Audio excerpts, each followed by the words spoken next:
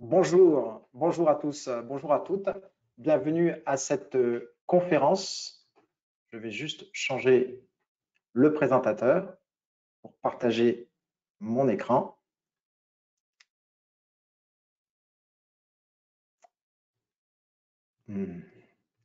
C'est pas le bon, c'est impeccable.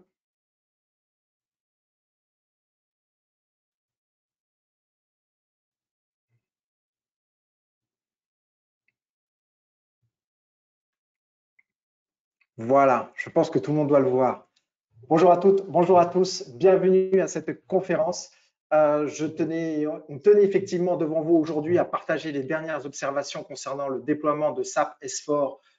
Effectivement, beaucoup d'entre vous, des gens qui ont assisté à la convention des utilisateurs de SAP, nous sommes revenus et force est de constater que effectivement, la facturation électronique est un sujet, d'autant plus avec le communiqué de presse qui est sorti cette semaine, la petite bombe à retardement, mais également, nous avons pu constater une avancée majeure dans le déploiement avec peut-être une mise en orbite de S4 vis-à-vis de l'ensemble des clients. Nous avions donc pensé qu'il était très intéressant de faire un point de situation à la fois sur les technologies proposées dans le cadre des évolutions de S4, mais également tout en lien avec la facturation électronique et comment les deux vont pouvoir s'articuler les uns avec les autres. Bonjour à toutes, bonjour à tous. Je suis Marc Taman, expert en digitalisation. Je suis ravi de vous accueillir et avec nous, nous avons la chance d'avoir Renaud. Renaud, bonjour.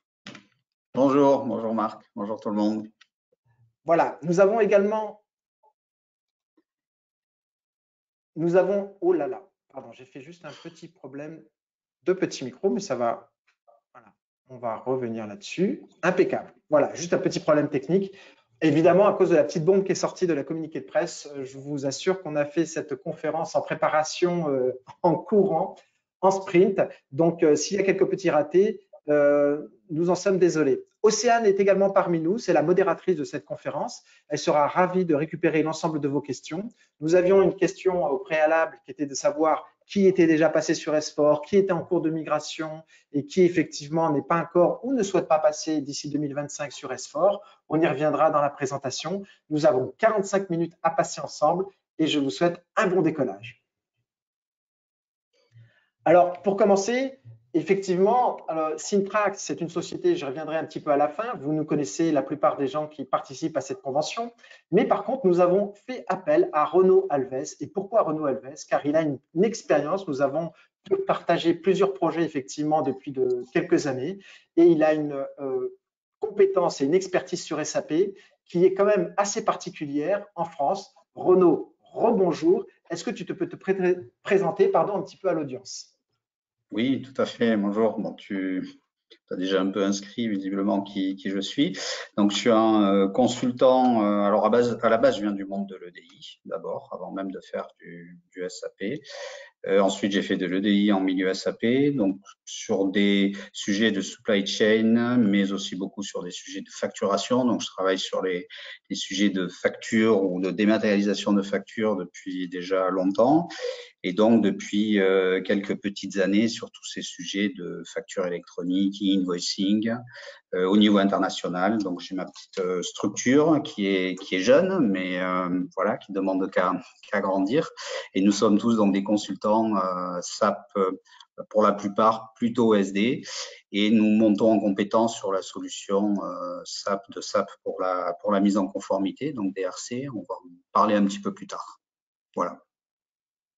Merci Renaud pour cette petite introduction. Ça permet de voir un petit peu de quel point de vue tu te places vis-à-vis effectivement de l'expertise qu'on va vous présenter. Alors tout d'abord, pour entrer un petit peu dans le vif du sujet, nous allons mettre un petit peu les choses en contexte. Nous allons contextualiser effectivement le système et de voir un petit peu les tendances que l'on a pu constater à la convention qui a eu lieu la semaine dernière à Lille. Nous étions nombreux. Je pense que beaucoup d'entre vous étaient déjà présents. Et c'était un moment de partage, et surtout avec l'introduction de John Malley, donc le président de l'USF, qui a fait un retour, puisque le cloud était un peu au centre des attentions lors de cette conférence, et nous avons pu constater que quelques dates clés avaient été franchies. Alors, quelles sont ces dates clés? La première, je dois revenir un petit peu en arrière. 2019, la migration vers SAP S4 n'était pas du tout à l'ordre du jour pour de nombreux clients SAP, et ce, malgré l'échéance, comme vous le saviez à l'époque, de 2025, date à laquelle SAP avait annoncé la fin du support de CC6. Il s'avère qu'aujourd'hui, je crois, Renaud, tu me dis si je me trompe, ça a été depuis reporté à 2027, à 2030, mais on va y revenir dans quelques Ouais. instants. Et donc, le rapport Rimini Street nous expliquait que, bah non, en fait, 80% des clients SAP disaient que ce n'était pas leur objectif prioritaire. Pourquoi? Ils ne voyaient pas forcément toutes les possibilités, les avancées, et puis surtout les freins et les contraintes techniques associées à ça.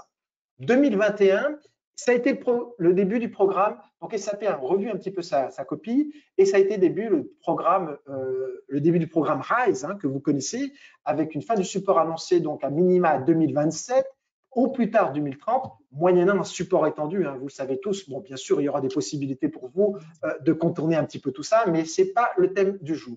Donc, RISE étant le cheval de Troie de la stratégie cloud de SAP pour accélérer cette transition vers cette partie cloud, aussi bien pour déployer S4 que BTP. Ça tombe bien, c'est le sujet du jour. Et quand on revient un petit peu à ces éléments-là, on s'aperçoit que 2025, et ça, je reprends les termes de John Malia lors de son introduction de la convention USF, il a indiqué que le rythme de migration consacré au cloud d'ici 2025 allait grandement s'accélérer. Plus de 1,8 milliard de dollars consacrés à cet investissement. Facilité soutenue, bien sûr, par l'approche de migration que certains d'entre vous connaissent déjà, que l'on appelle Greenfield. Il me semble. La plupart du temps. C'est un rapport effectivement qui est de Gartner, qui est ressorti, qui a utilisé John Maria. Qu'est-ce qu'on voit? On constate effectivement que ce passage à S4 est en constante progression. Et c'est pourquoi il était important pour nous de faire le lien entre cette migration, ce passage sur le cloud, comprendre les différentes briques technologiques qui composent effectivement ce changement, et ramener ça à la facturation électronique dans le cadre de la réforme en France.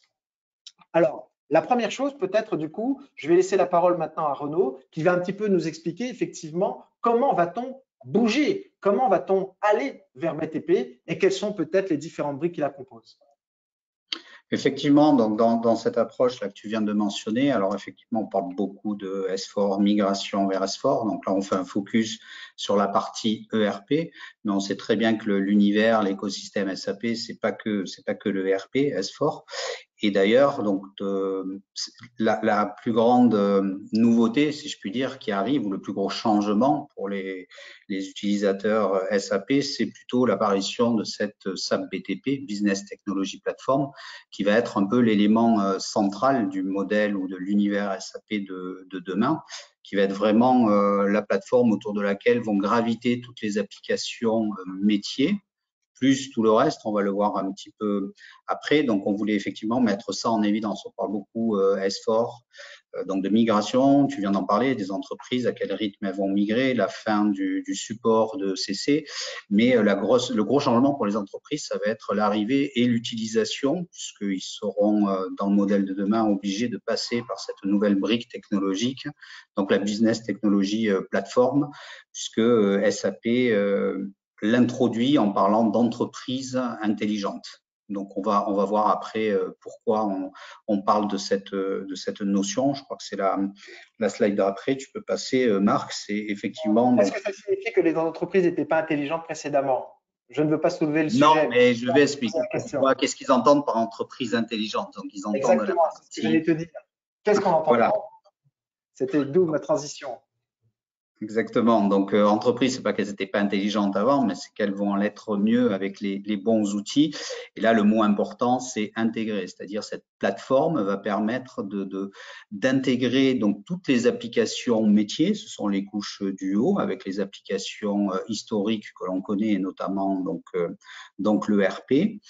Et petit à petit, on va voir que tout ça va s'intégrer sur tout ça et reposer sur cette brique technologique, Business Technology Platform. Et on va voir un petit peu après qu'est-ce qu'elle propose, pourquoi elle permet de faire ça et pourquoi on parle d'entreprise intelligente. Donc là, c'était juste pour mettre en avant que le top management SAP fait vraiment un focus sur la partie intégration et le raccourci, dire cette intégration va permettre d'aller vers une entreprise intelligente.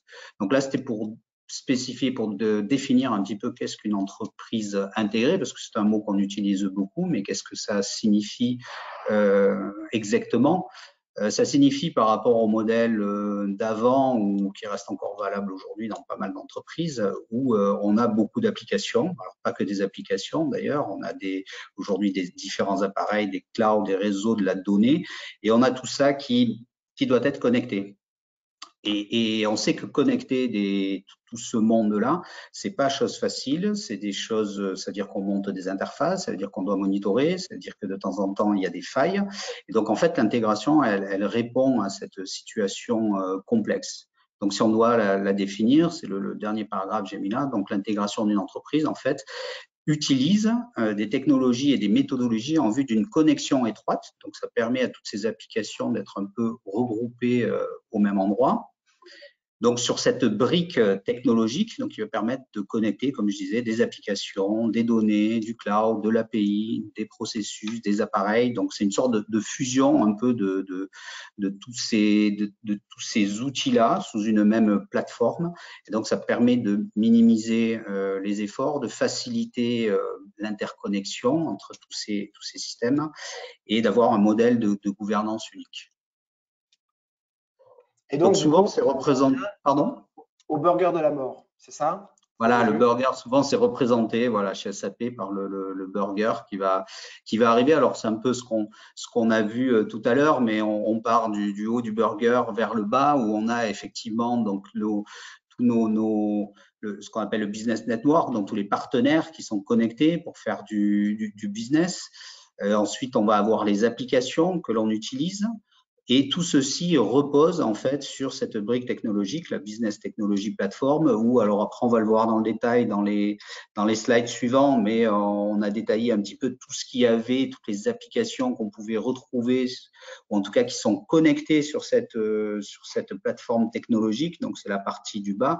Bon, on va pas tout énumérer, mais c'est pour montrer en fait comment ceci est hiérarchisé, comment ceci est construit, ou en tout cas comment on peut le schématiser.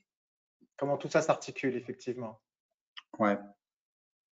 Et donc, si, sur les capacités ou les capacités de BTP, est-ce que tu peux nous en dire un petit peu plus?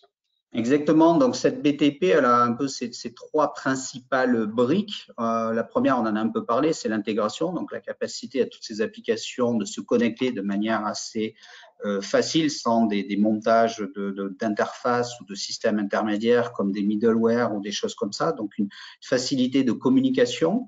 Ensuite, la deuxième brique, c'est tout ce qui va être gestion de la donnée et de la valeur qu'on peut donner à cette donnée, notamment tout ce qui va être toute la partie BI. On va retrouver aussi toute l'analyse des données avec l'IA notamment, donc on verra un petit peu plus tard en détail, et tout ce qu'ils ont appelé l'extensibilité, donc tout ce qu'on peut créer, tout ce qu'on peut venir rajouter, notamment avec des applications, alors soit des applications fournies par SAP qu'on peut rajouter un peu à notre catalogue, et aussi des applications qu'on peut créer soi-même en low-code ou no-code. Voilà. C'est ça. Et si on regarde un peu plus en détail les choses, on va s'apercevoir qu'il y a une sorte d'architecture et puis qui s'initie. Voilà. Ce que tu disais un petit peu sur les briques de l'IA, la donnée et l'intégration. Effectivement, donc là, c'est les principaux piliers que l'on retrouve de la BTP qu'affiche SAP. Donc, on peut le voir quelque part, la BTP, un peu comme une marketplace, hein, comme on a aujourd'hui. On est habitué sur nos smartphones au marketplace dans lequel on peut venir choisir des applications payantes ou pas. Là, c'est un peu le même principe sous ces principales briques-là. Donc, comme je l'ai dit, on peut développer ses propres applications. Il y en a qui sont disponibles, mais on peut aussi en développer. Il y a toute une partie qui va être dédiée à l'automation, donc pouvoir articuler tous les processus entre eux, monter des workflows, etc.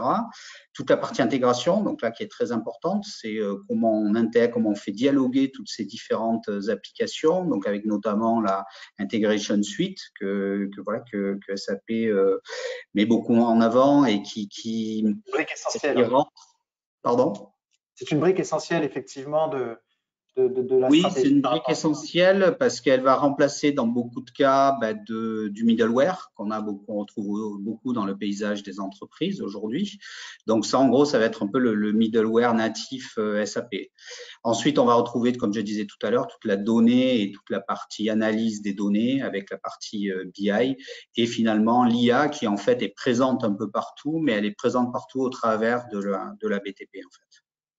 Est-ce qu'on peut parler peut-être un petit peu plus de connecteurs natifs sur cette partie SAP? Est-ce que tu peux nous en dire quelques Oui, mots? alors là, c'était pour montrer, quand on parle d'intégration, c'est juste un exemple de qu'est-ce qui est disponible. Donc là, c'est sur la partie justement intégration suite, si je dis pas de bêtises, où on a déjà en natif, voilà, accès à tout. C'était vraiment pour donner un exemple de pourquoi on parle d'entreprise entre guillemets intelligente ou de facilité à faire communiquer les applications. Ça veut dire que quand on a des connecteurs, là, en quelques clics, on peut faire communiquer notre système avec toutes ces applications qui sont citées là. Voilà, c'était vraiment juste pour illustrer qu'il y a vraiment beaucoup de choses qui sont possibles avec très peu d'efforts pour le mettre en place. Alors, il y a une notion qui intervient tout de suite après, qui est assez fondamentale également. On va voir qu'il y a beaucoup de choses qui sont importantes, mais celle-ci, c'était la notion de keep the core clean. Est-ce que tu peux nous expliquer Oui, peut-être quelle est cette notion?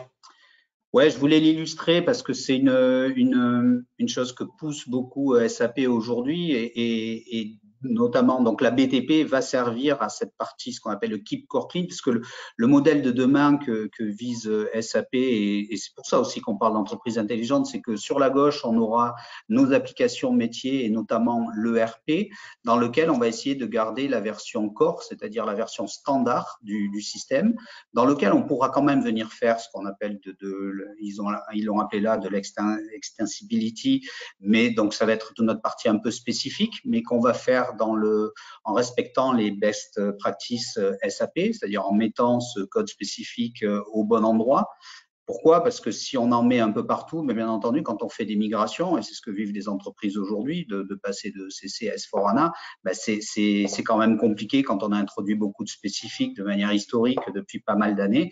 Et donc, ce que vise SAP, c'est de dire ben, tout ce qui est spécifique, tout ce qui est intégration, tout ce qui est vraiment, tout ce que vous voulez développer, qui est très spécifique à votre entreprise ou votre activité, ben ça va aller sur la BTP. C'est pour ça qu'on voit apparaître sur la BTP ben, des notions d'ABAP. On pourra faire de l'ABAP Cloud, ils appellent ça. On pourra venir vraiment rajouter toutes nos briques spécifiques et venir compléter donc l'ERP plutôt core. Et donc, ça va faciliter les prochaines migrations où on pourra plus facilement migrer. Et donc, c'est ce qu'ils appellent effectivement keep the core clean. On ne vient pas, entre guillemets, salir le code standard. On vient, tout ce qui est spécifique, on le met à part dans la BTP avec une connexion sécurisée entre les deux et les deux interagissent quand on utilise les applications. Alors, on a parlé du back-office. Est-ce qu'on va parler du front un tout petit peu pour voir du côté des utilisateurs, il y a quelques changements qui apparaissent, notamment à partir de services à l'utilisateur.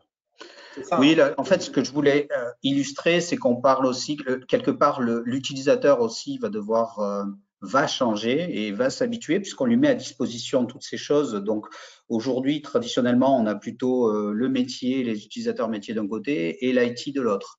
Là, en fait, avec toutes ces briques technologiques, ben, ça va se mélanger un petit peu plus et on va voir apparaître plutôt des utilisateurs hybrides qui vont être capables, alors qui seront peut-être côté métier, mais qui vont être capables avec toutes ces applications qui sont disponibles, comme je le disais tout à l'heure, une sorte de marketplace, de venir chercher ceux qui veulent utiliser, les applications qu'ils veulent utiliser, développer même peut-être leurs propres applications avec du low-code ou du no-code. Et donc, on a des utilisateurs un peu hybrides qui vont apparaître, qui sont à mi-chemin entre le métier et l'IT, parce qu'ils sont capables déjà par eux-mêmes de répondre à beaucoup de besoins où aujourd'hui, ils ont besoin de l'IT pour leur proposer des solutions. Là, ils pourront quand même faire beaucoup de choses par eux-mêmes. Donc, ce que j'appelais des utilisateurs hybrides, voilà, mi-chemin entre le métier et l'IT. Eh ben, c'est très intéressant ce que tu dis parce que après, pour avoir discuté avec pas mal de clients effectivement lors de la convention, on a eu des retours d'expérience dans lesquels effectivement on avait de plus en plus un travail en équipe qui n'était pas forcément le cas précédemment de par la technologie qui était mise en place. On avait vraiment deux mondes qui travaillaient chacun de leur côté. Et là, on avait vraiment, grâce à cette nouvelle architecture, plus de discussions, plus de groupes de travail, d'équipes, de travail en équipe entre les utilisateurs finaux et puis les équipes IT dédiées plutôt au front, au back-office pardon, par rapport à ça. Et notamment dans le cadre des développements d'interfaces spécifiques, c'est pas indiqué là, mais avec Fiori ou des choses comme ça. Donc, on voit que ce travail en équipe monte en compétences. Voilà un petit peu sur la présentation, effectivement, pour la mise en introduction sur ce contexte. On va pouvoir maintenant aller de BTP à DRC et rentrer un petit peu plus dans le détail qui va nous rapprocher, je dirais. Attendez, je vais juste. Hop, c'est le pointeur laser. Voilà, je vais juste aller sur cette partie au niveau des nouvelles technologies. Et là, l'idée, c'est que progressivement, on va arriver sur cette facturation électronique et donc commencer à parler du digital reporting, effectivement, à travers ce module DRC qui est proposé dans SAP. Cette première diapositive peut sembler indigeste, mais Renaud va nous expliquer tout ça. Ben voilà, c'est dans la continuité de ce qu'on vient de dire. Donc, la solution que propose SAP, alors le mot aussi qui est important, c'est une solution de mise en conformité. On parle beaucoup aujourd'hui de facture électronique, mais SAP DRC, c'est pas que une solution de facture électronique, c'est une solution de mise en conformité au sens large. Et donc, elle s'inscrit effectivement dans l'architecture. J'ai l'écho, je ne sais pas si c'est de ton côté ou du mien. Tu as quoi, tu m'as dit? Non, c'est bien. Non, j'avais de l'écho, pardon. Ah, pardon. Et donc oui, donc je disais, l'architecture de DRC vient s'inscrire dans l'architecture que j'ai présentée précédemment, c'est-à-dire que le DRC, il a une version cloud, il y a une version qui est installée donc dans les applications métiers sur la gauche, Business Solutions. Donc, typiquement, on la retrouvera dans le RP. Mais toute la partie intégration, on a vu que c'était une des grosses briques de la BTP, elle sera effectivement sur la BTP.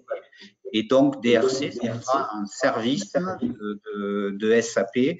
On appelle ça le SAP DRC Cloud Edition. Donc, il sera disponible sur la BTP et c'est lui qui se connectera vers les partenaires ou les autorités de taxes ici sur la droite. Donc, on voit que DRC vient vraiment s'inscrire dans l'architecture dont on a parlé précédemment, c'est-à-dire l'utilisation presque forcée, j'ai envie de dire, de la BTP.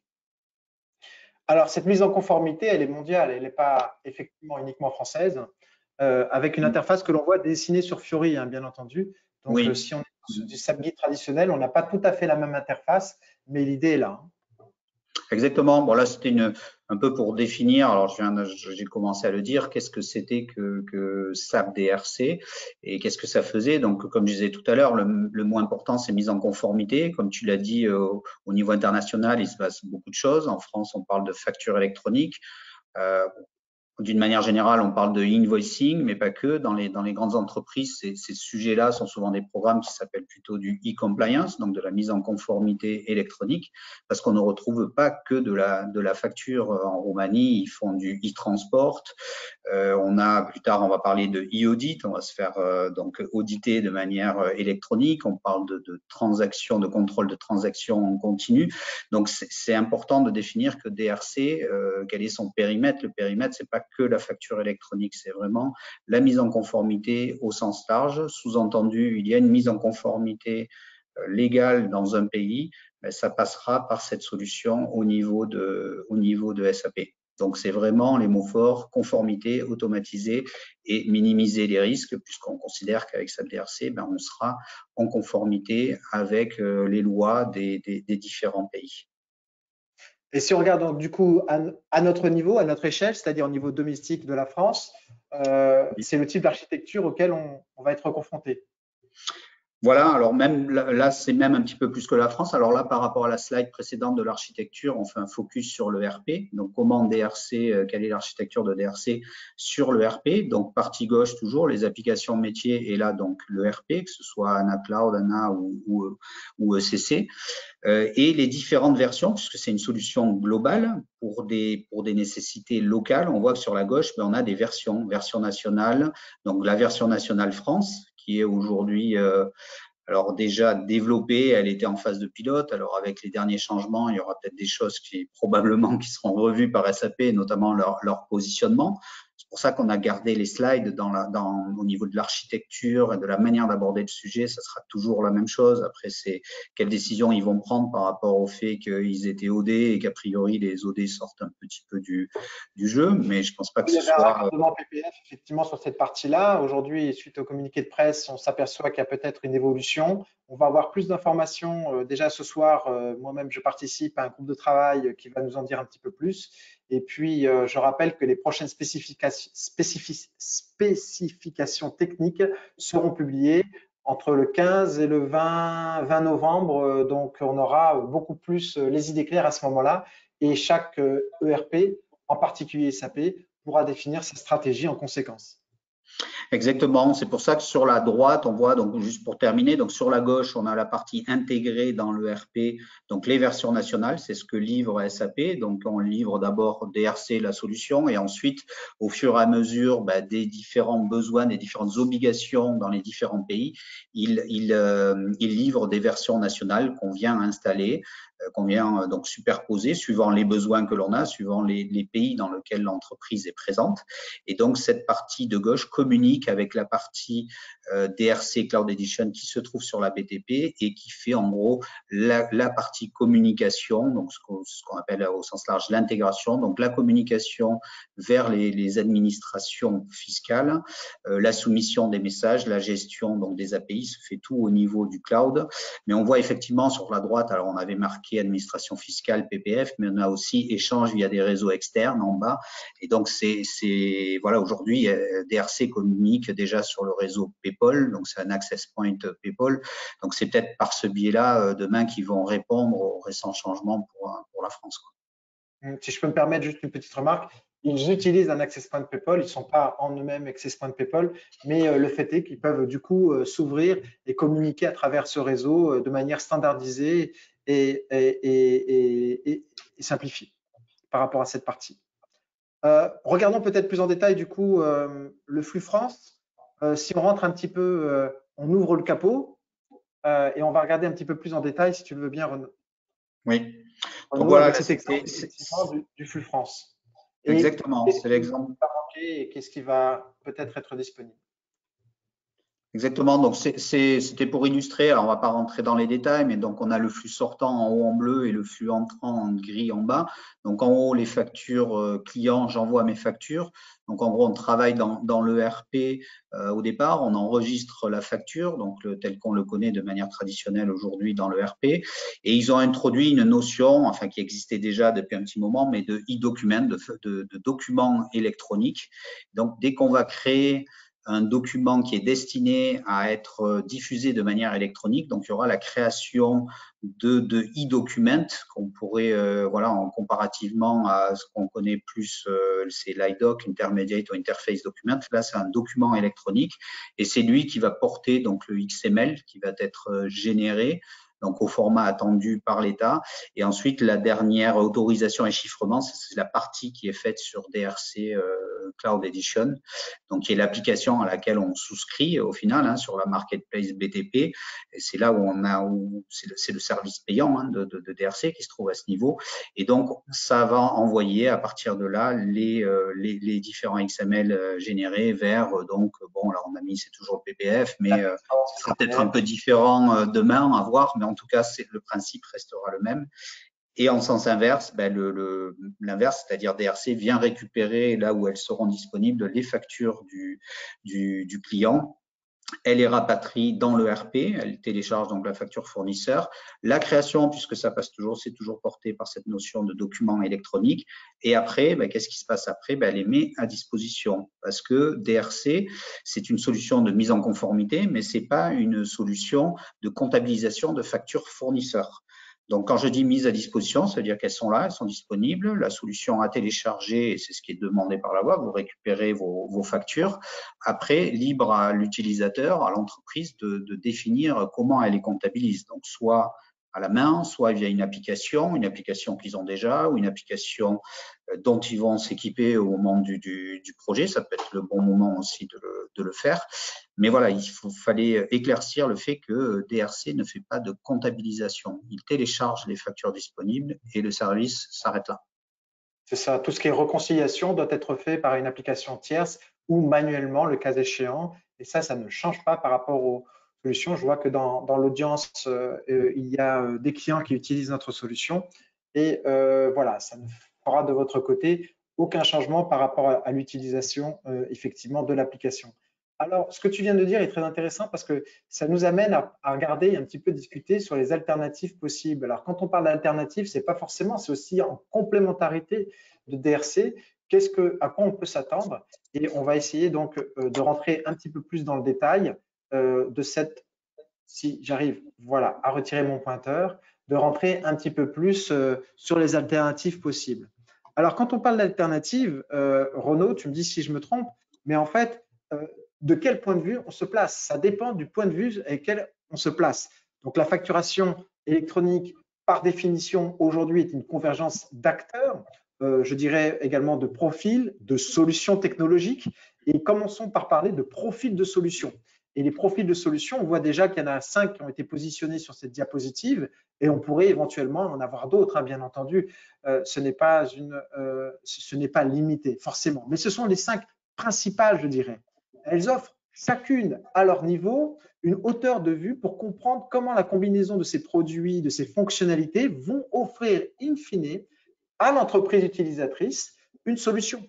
Car chaque entreprise a des besoins spécifiques et forcément un environnement spécifique. Et donc, à partir de là, il sera peut-être plus intéressant de partir d'une solution, je dirais d'un point de vue, d'une alternative plutôt qu'une autre.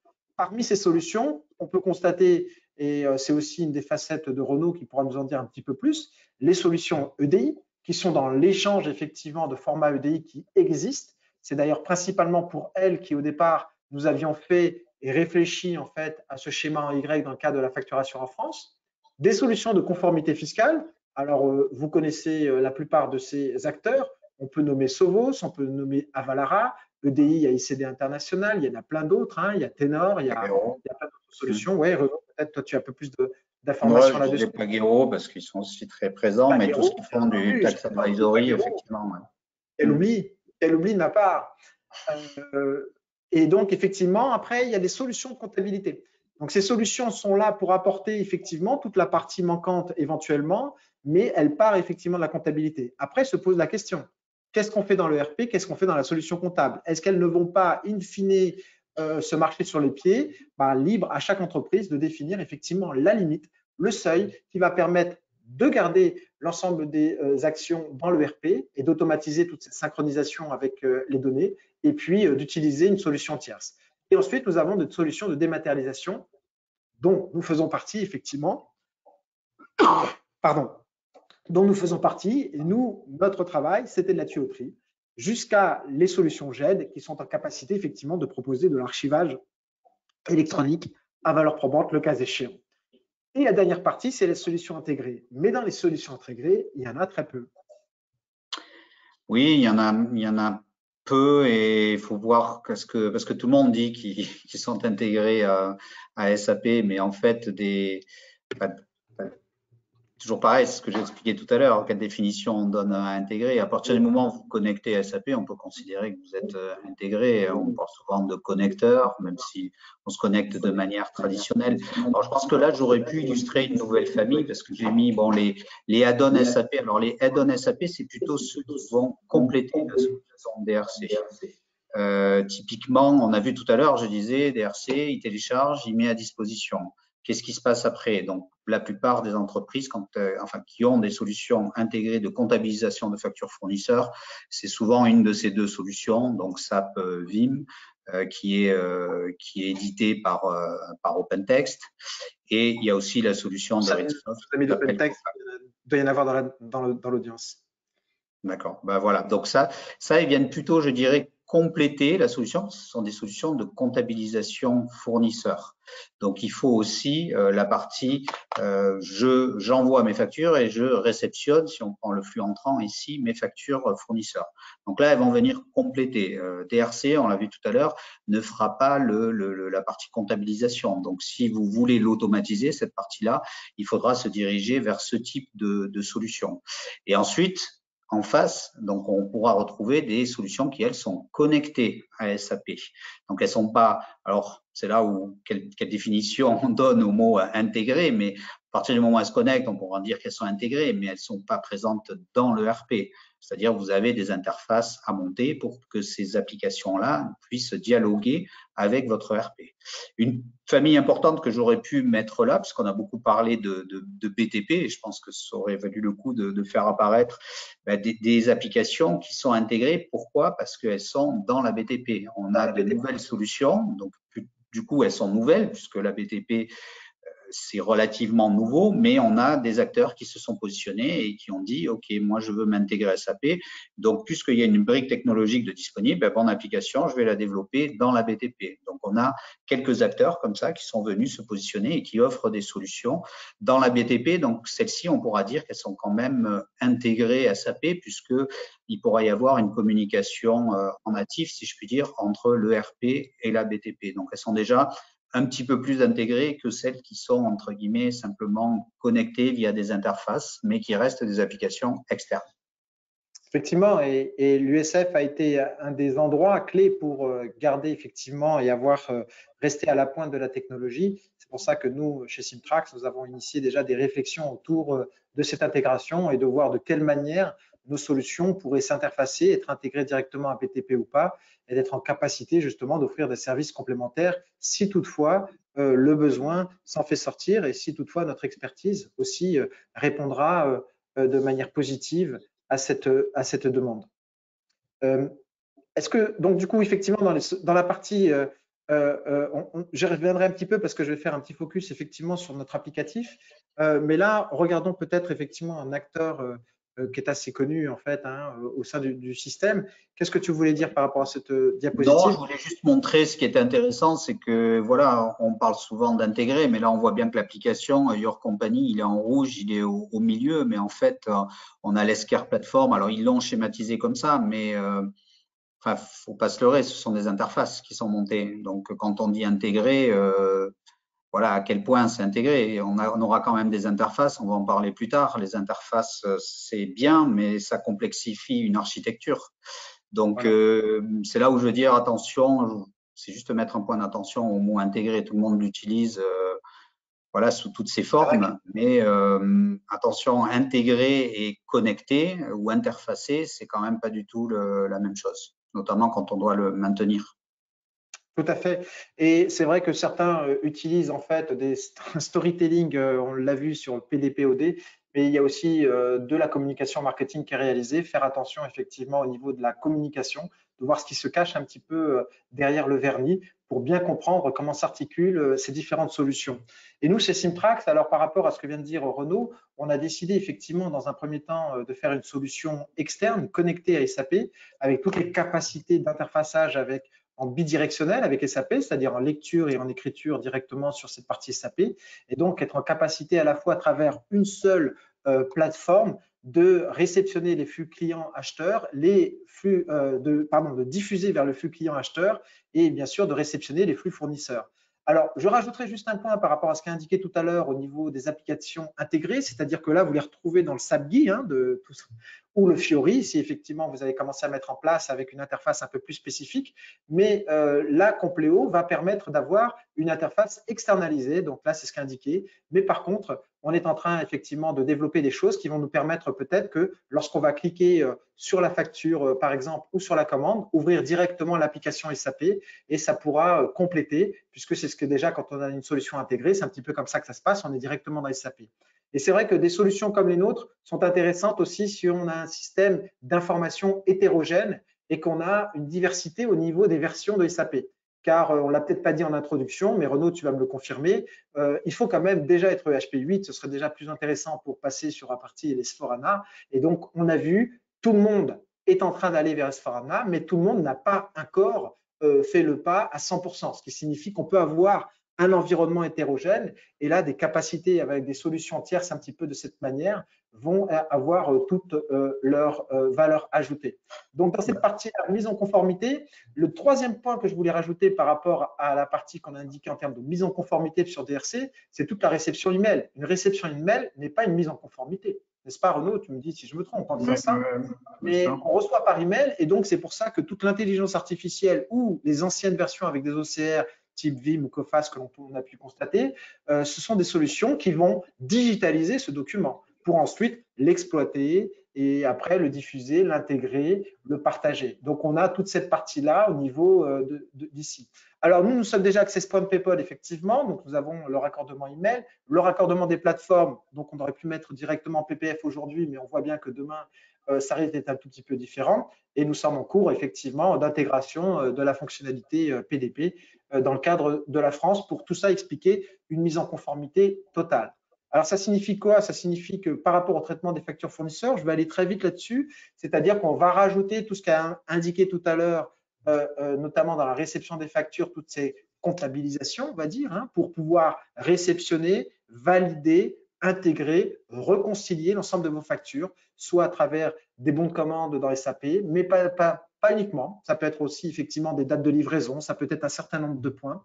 Et après, de pouvoir trouver et déposer vos factures dans votre propre système d'archivage, soit sur votre content serveur SAP, bien entendu, soit à travers un module, soit un système d'archivage externe, et donc forcément à valeur probante, puisque externalisé, avec bien sûr cette réception à travers PayPal. Dans la partie émission, que dire de plus? On est dans la mise en conformité au niveau des formats. Donc là, se posera la question de savoir qu'est-ce qu'il va faire. Et on est en train de discuter ici, on voit bien qu'en termes d'interfaçage, on a du MAPI, on a du RFC, on a du BCXOM, mais ça, c'est avec l'ancien temps. Et donc, on est en train d'analyser, d'étudier, d'avancer sur la possibilité de se connecter à DRC pour offrir toutes les fonctionnalités complémentaires à DRC pour être en capacité de rajouter cette diffusion de manière beaucoup plus pointue et beaucoup plus pertinente, pas uniquement sur les portails étatiques, j'allais dire, mais également par email ou autre, pour pouvoir vraiment gérer l'ensemble de ses clients et l'ensemble de ses fournisseurs à travers une plateforme unique proposée à travers Compléo.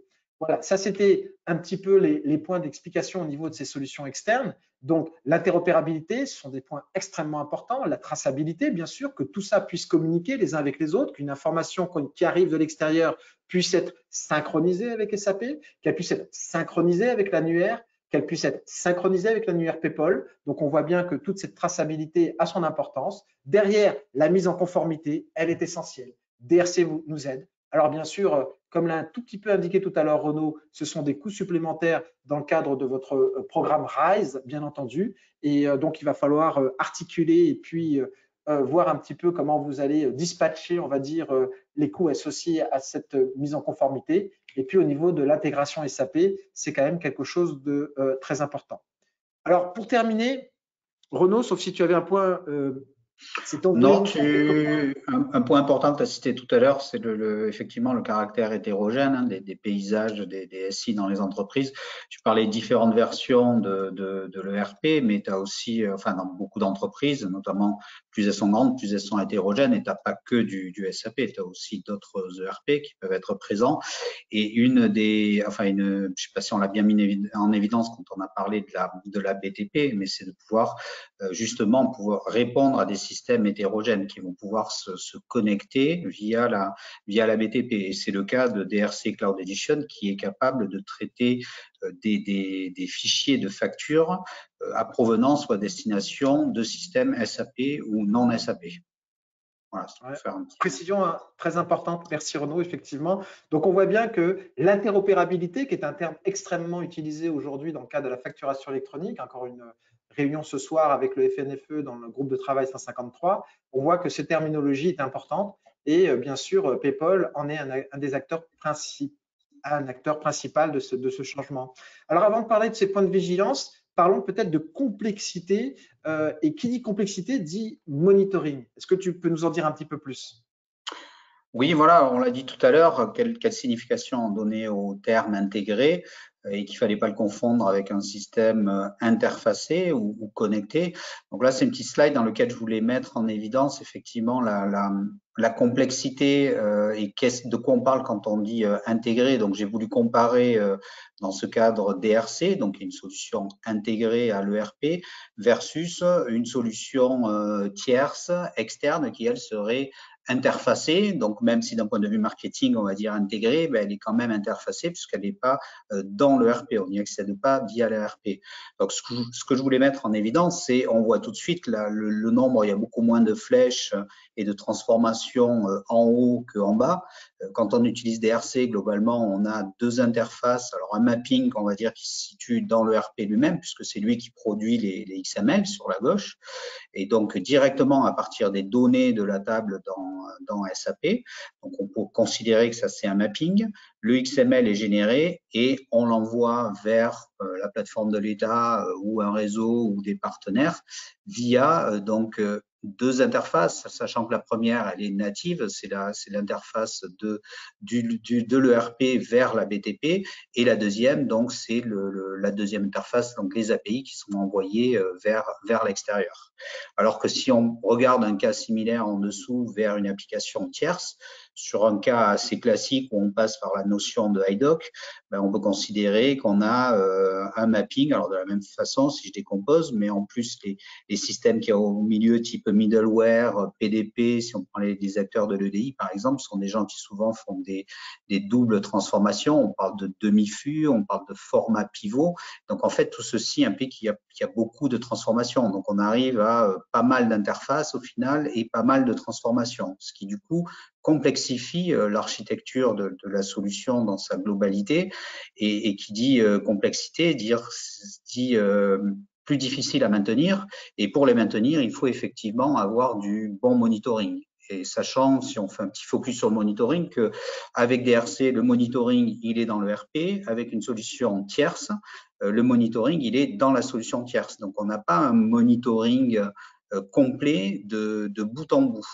Alors que dans le cas de DRC, alors là c'est un exemple, c'est l'écran de DRC donc dans le RP, alors on ne voit pas précisément, mais on a chaque ligne, c'est un document et on a son statut final, c'est-à-dire s'il a été accepté ou refusé par l'autorité de taxe. Et ça, on le voit directement à l'origine dans le RP. Donc on a bien un monitoring intégré avec une vue end-to-end, de bout en bout.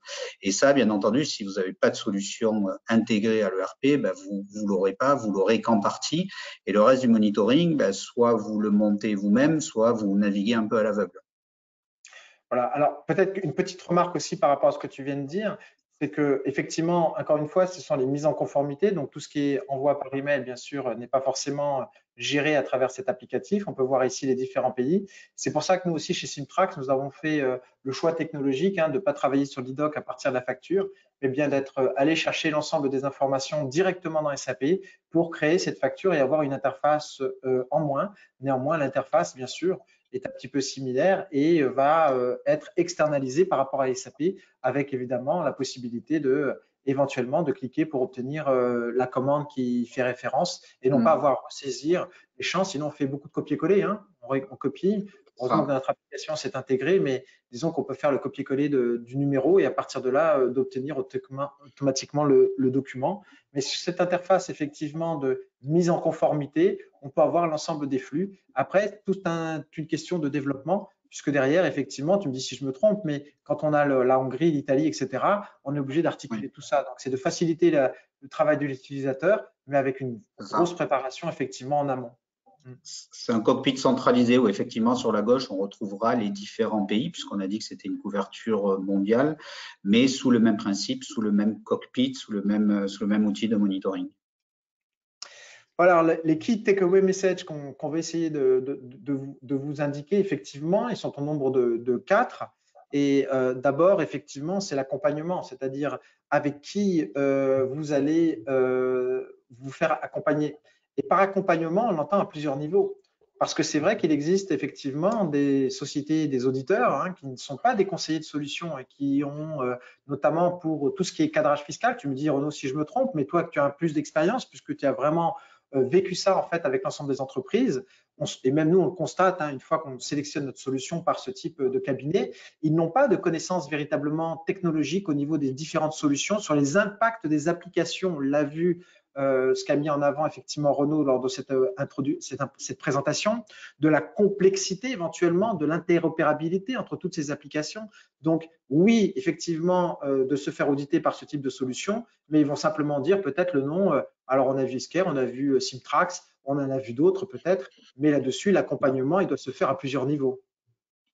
Je pense que oui, c'est bien pour un premier pas, donc parce que ces gens-là vont pouvoir bien vous accompagner dans l'explication de la loi, notamment sur la partie fiscale. Ils vont pouvoir vous aider dans définir l'impact au niveau du métier, mais après l'impact dans les SI et vous proposer des solutions qui pourraient être adaptées une fois que votre cadrage a été fait et qu'on sait à peu près quels sont vos besoins. Bien entendu, c'est beaucoup moins leur domaine et donc ils auront beaucoup plus de mal de vous guider et du coup, ils vous proposent effectivement les solutions qui sont les plus populaires ou les plus connues. Donc, c'est pas forcément des conseils les plus adaptés. Je pense qu'ils font bien leur travail sur leur périmètre, mais le périmètre de l'IT, forcément, ils le connaissent beaucoup moins. C'est vrai qu'ils n'ont pas forcément cette approche pragmatique que l'on doit avoir également en parallèle de cette approche fiscale qui est réalisée. La deuxième chose, donc du coup, une fois qu'on a compris effectivement par qui se faire accompagner, se pose la question du diagnostic, à savoir, partons de notre situation. Quelle est notre situation actuellement? Quels sont nos flux en réception? Quels sont nos flux en émission?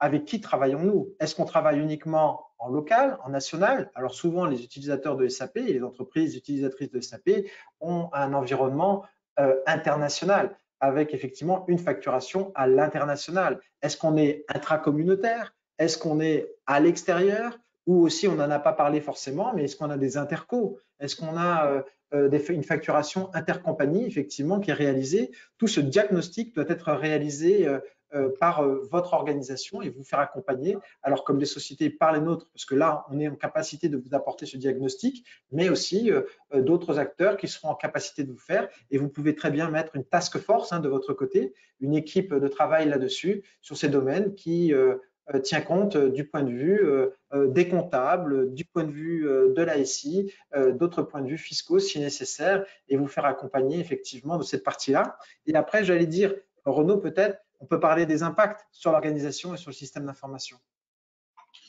Oui, c'est ça. Alors, j'en ai un peu parlé avant, mais une fois que les impacts métiers sont définis, il va falloir le traduire par quels sont les impacts dans mon SI, dans mes solutions, et comment je vais adapter mon SI ou quelles solutions je vais prendre pour pouvoir répondre donc à ce besoin et arriver à la mise en conformité. Et c'est là où effectivement, il y a peut-être besoin d'un accompagnement avec des acteurs qui connaissent un peu mieux la partie, les solutions disponibles sur le marché, puisqu'on a vu qu'il y en avait quand même beaucoup. Ça rejoint un peu le point suivant, c'est-à-dire de quoi j'ai besoin, quels vont être mes critères de choix.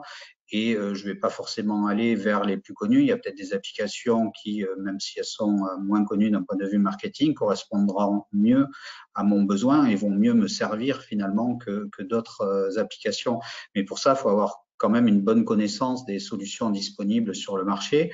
C'est pas donné à tout le monde parce que c'est très hétérogène. Il y en a qui arrivent presque tous les jours, si je puis dire. Donc ça peut être assez compliqué, mais il faut essayer de prendre un peu de hauteur et de travailler avec des gens qui sont plus du milieu de l'écosystème dont on a parlé, des solutions et des profils dont on a parlé tout à l'heure. Et c'est pas forcément des gens qui font de la tax advisory qui vont pouvoir répondre à ça. Et je rajoutais par rapport à ça, au niveau de comparaison, qu'on a vu tout à l'heure, tout dépend de quel point de vue on se place. Donc, ça veut dire ne pas comparer des solutions qui ne couvrent pas forcément les mêmes périmètres. On a vu qu'une solution EDI par rapport à une solution de taxe, par rapport à une solution comptable, ça ne couvre pas forcément les mêmes choses. Donc, à partir de là, Exactement. il est assez difficile et vraiment, on ne peut que vous inviter à partir de votre propre diagnostic. Nous avons reçu très rarement, en fait, nous avons reçu beaucoup de cahiers des charges qui avaient été définis effectivement par des entreprises. Très peu quand même, il y en a qui étaient quand même très très complets. Je pense un en particulier qui a vraiment eu cette approche, je dirais, multimétier, multiniveau, mais la plupart du temps, on se connecte des fois avec juste cette question binaire, simple, qui nous amène dans une impasse, PDP-OD. Voilà, ça, c'est des choses, par exemple, qui sont, à mon avis, à proscrire, parce que, enfin, pardon, à effacer, parce que c'est vraiment, en fait, les choses ne sont pas simples. Il nous reste encore, c'est ça l'avantage, il nous reste encore du temps puisqu'on est jusqu'en 2026, mais on se doit de commencer dès à présent en fait l'ensemble de ce travail à réaliser avec les entreprises, éventuellement avancer par étapes, que ce soit à la fois parce que vous avez mis en place S4, vous avez commencé à déployer S4, ou que ce soit effectivement parce que vous souhaitez que vos utilisateurs puissent dès à présent être accompagnés sur cette transformation digitale. Et en conclusion, ce que l'on peut dire, parce qu'on arrive à la conclusion de cette conférence, c'était de ne pas choisir forcément, comme vient de le dire Renaud, une solution pardon, pour sa notoriété, mais véritablement pour ses apports, sa plus-value, la réponse aux besoins et aux objectifs que vous êtes fixés. Donc, fixez-vous d'abord des objectifs et on pourra conclure pour dire choisir, mais pas subir. Voilà, c'était un petit peu la conclusion de cette conférence. Renaud, un grand merci. Oui, alors bon, les questions, du coup, on a passé un petit peu dessus. J'ai vu juste qu'il y en avait une. Je peux me permettre peut-être d'y répondre. Là, il y a une personne qui demandait facture sortante, y compris SD et MM. Je pense que c'était dans le cas de DRC. Alors, c'est plutôt peut-être SD et FI, puisqu'effectivement, on va pouvoir envoyer via DRC des factures, qu'elles soient sourcées, qu'elles soient saisies au niveau commercial, SD, ou qu'elle soit saisie directement en compta niveau FI. Parce que je voyais qu'il y avait cette question qui était là et Moi, c'est je me un disais peu qu'il la n'y avait pas même de pour. question, j'avais ouvert le chat. OK, il Ouais, fallait ouvrir l'onglet questions. Donc, merci Océane. exactement. Et en entrée, donc du coup, ça sera du MM, facture fournisseur, ou FI, qui peut avoir lieu, tu en as un petit peu parlé tout à l'heure, sur des flux intercompagnie notamment. Alors, la question effectivement concernant PDP, DRC, on attend effectivement d'abord d'avoir les spécifications pour savoir quel sera le positionnement de SAP dans le cadre de ça. J'en discutais aussi, enfin, un petit peu de loin avec les gens d'Applium qui effectivement proposent du DRC. Je crois qu'il y a eu quelques aussi d'autres personnes qui se sont dit effectivement qui avançaient sur le fait de pouvoir se raccorder au PPF. Encore une fois, je pense que OD PDP, faut pas, ne comparons pas le contenu et le contenant. PDP n'étant qu'un vecteur, donc il faut vraiment se dire raccordement PDP, raccordement PPF. Et aujourd'hui, comme le communiqué de presse nous indique qu'on n'aura plus de raccordement PPF, je rappelle que le PPF avait trois principales missions. Première mission, échange de factures. Deuxième mission, gestion de l'annuaire centralisé. Troisième mission, être concentrateur des données pour l'administration fiscale. Donc là, le recentrage du PPF et le communiqué de presse qui nous a été indiqué, c'est que le PPF va se recentrer sur les deux derniers points, à savoir l'annuaire central, qui est composé de l'ensemble des annuaires de chacune des plateformes, bien entendu, y compris, on y ajoute l'annuaire FAR37, qui s'appelle aujourd'hui FAR37, mais qui est l'annuaire des entités publiques, et ils vont avoir donc la gestion. Est-ce que cet annuaire demain sera intégré effectivement dans l'annuaire PayPal? C'est en discussion également, des groupes de travail, des pilotes sont en train d'être réalisés également. Donc, on voit bien qu'on n'en est qu'au début de cette transformation. Il va donc être essentiel de votre côté de d'abord vous focaliser sur votre propre diagnostic et l'ensemble des acteurs que nous sommes, nous serons en capacité de vous dire après, de vous orienter vers une solution plutôt qu'une autre. Et ça, c'était important. La dernière, je crois qu'on a répondu à toutes les questions. Sa feuille de Ouais, route, la dernière, c'était effectivement la question sur comment se positionner SAP avec un petit peu puisqu'il se positionnait en tant que OD. Aujourd'hui, il n'y a pas eu encore de communication. Je pense qu'ils ont eu l'information comme tout le monde avant-hier. Il faut qu'ils choisissent quelles vont être, comme disait Marc tout à l'heure, leur stratégie. Mais après, à mon avis, ils n'ont pas beaucoup de choix que soit d'être PDP en marque blanche ou même PDP, quoi. Donc, le modèle d'OD n'existe plus. Donc, ils sont obligés de changer leur modèle. Mais bon, ça changera pas, en tout cas, la manière dont est montée la solution. c'est ça. 20 ans d'expérience SAP, ça fait 20 ans qu'on travaille effectivement sur SAP, équipe formée et certifiée. Nous portons une attention particulière. Aujourd'hui, nous avons fait intervenir Renaud. Merci, un grand merci Renaud pour ton expertise. Je crois qu'elle a été très, très, très importante et je crois que les auditeurs ont pu constater effectivement toute l'expertise que tu peux apporter sur ces éléments-là. Nous, Simtrax, on s'entoure. On n'a pas vocation à tout savoir, tout connaître. On essaie d'être le plus objectif possible en fonction des cahiers des charges, des demandes qui nous sont portées par nos clients, les entreprises. Et à partir de là, on essaye effectivement de s'entourer, de se mettre en place, de vous apporter des conseils, de vous donner effectivement, de vous orienter, de vous dire bah non, peut-être que notre solution ne peut pas vous apporter de plus-value. Il faut peut-être s'orienter vers autre chose.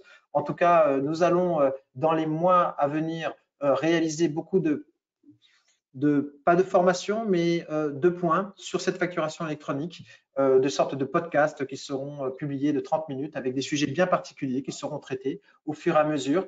Nous avons initié une certification de notre côté ISO 27001 pour pouvoir effectivement être, en l'occurrence, apporter cette fonctionnalité PDP en plus du raccordement PPF, parce que je rappelle que par rapport à Chorus Pro, question encore qui se pose. Est-ce que Chorus Pro va uniquement rester comme aujourd'hui, le dépôt de factures et les échanges de factures entre les fournisseurs et les entités publiques, et du coup, il y aura un mécanisme complémentaire pour la déclaration de la facture entre Chorus Pro et les acteurs, donc sont les PDP et le concentrateur de facturation. Ça reste des questions qui sont en suspens, mais on fait partie de l'ensemble des groupes de travail, comme vous pouvez le constater. Du coup, on est plus à même d'avoir les informations en amont. Un grand merci à tout le monde d'avoir participé. Un grand merci à Océane d'avoir été la modératrice de cette conférence. Renaud, je ne te remercierai pas suffisamment pour avoir participé à cette conférence. Si toutefois vous souhaitez prolonger la discussion, vous nous contactez et on sera en capacité, avec Renaud si besoin, ou d'autres acteurs, d'autres experts, de vous discuter avec vous et de vous accompagner dans votre transformation. Merci à tous. Merci Marc. Merci à tout le Et je monde. vous souhaite une excellente fin Au revoir. de journée et à très bientôt. Au revoir.